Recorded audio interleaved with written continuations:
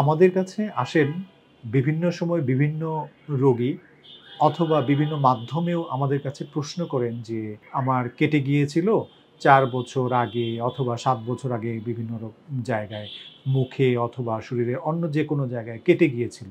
এই কেটে যাওয়া অংশে ওই সময়ে সেলাই করা হয়েছে এবং পরবর্তী সময়ে এখন কাটা দাগটা বেশি বোঝা যাচ্ছে।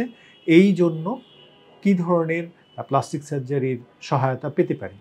এখন আমরা অবশ্যই বলবো যেকোনো ধরনের কাটা দাগ আগে যা হয়েছিল সেটা দুর্ঘটনাবশত অথবা যেকোনো কারণেই হোক না কেন সেই কাটা দাগটা যদি মোটা থাকে অথবা বেশি বোঝা যায় তাহলে সেটার জন্য অবশ্যই আমাদের কাছে প্লাস্টিক সার্জারির সেবা আছে।